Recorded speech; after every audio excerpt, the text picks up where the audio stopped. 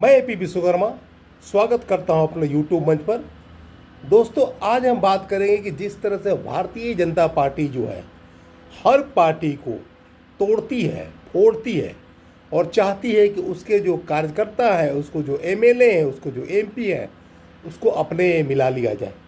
लेकिन प्रॉब्लम यह है कि जिस पार्टी को तोड़ती है उसके जो सुप्रीमो है, उसके जो अध्यक्ष होते हैं, उसके जो सर्वेसर्वा होते हैं, उन तक उन लोग नहीं पहुंचते हैं और बीच में जो उनको मैनेजर होते हैं, जो उनके चुनाव को मैनेज करते हैं, जिसके थ्रू उन लोग चुनाव लड़ते हैं, उसको उन लोग तोड़कर अपने आप में मिला लेते हैं और सोचते हैं कि उस पार्टी को हम लोग चोट पहुंचा दिए या तोड़ दिए।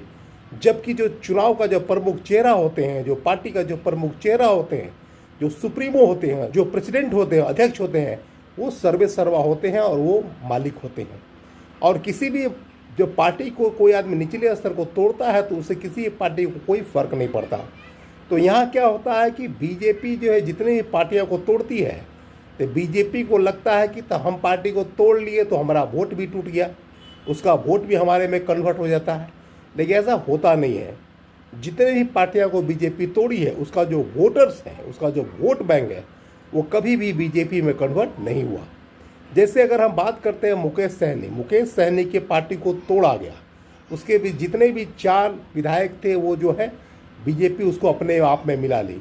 लेकिन मुकेश सहनी का जो वोट का परसेंटेज है, जितना वोटों पर पकड़ है, उनको 6% का वोट मल्लाह वोटों पर आज भी उतना ही पकड़ है। क्योंकि मल्लाह के जो नेता है, सन ऑफ मल्लाह है, वो मुकेश हैं। और उसके कोई अगर छोटा मोटा कार्यकर्ता अगर कहीं मिल भी जाए, कहीं चला भी जाए, तो इसे सुप्रीमो जो है अपने आप को संभालने की और उसको फिर से खड़ा करने की कुव्वत रखते हैं और क्षमता रखते हैं। तो जो उसके मैनेजर्स होते हैं, जो चुनाव को मैनेज करते हैं, उसको कहीं आने जाने से कोई फर्क नहीं पड़ता है। इस तरह से हम चिराग पासवान को भी अगर देखा जाए तो जिस तरह से पार्टी को तोड़ा गया है, अब उसका बहुत सारा इंटरनल फैक्टर है, कैसे तोड़ा, क्या टूटा। लेकिन जिस तरह से पशुपति पारस जो है पार्टी को 2 फाड़ कर दिए और 5 एमपी को लेकर के अलग हो गए, तो देखा जाए तो जो मेन चेहरा है, सुप्रीमो जो है चिराग पासवान, उनकी वोटों का जो परसेंटेज है वो कहीं नहीं घिसका है, वो एज इट इज है। 6% वोट जो है पासवान का, दलित का, महादलित का, वो आज भी चिराग पासवान के साथ है। तो बीजेपी सोचती है कि हम जब पार्टी को तोड़ते हैं तो उसके वोट बैंक को भी तोड़ देते हैं, अपने पाले में कर लेते हैं, जबकि ऐसा बिल्कुल नहीं होता है। उस तरह से अगर बात करते हैं महाराष्ट्र की, तो वहाँ पे शिवसेना को तोड़ा गया। तो शिवसेना को तोड़ा गया तो वहाँ लगता है कि बीजेपी जो शिवसेना को जो वोट करते थे, उसको लगा कि उसके वोट बैंक को हम अपने आप पक्ष में कर लेंगे। लेकिन ऐसा कोई बात नहीं। और एक बड़े नेता बन के उभर गए उद्धव ठाकरे, और जो मराठी मानुस की बात है, वो फिर से सिंपैथी उनके पास चला गया और सारे सीटों को जीतने में कामयाब हो गए।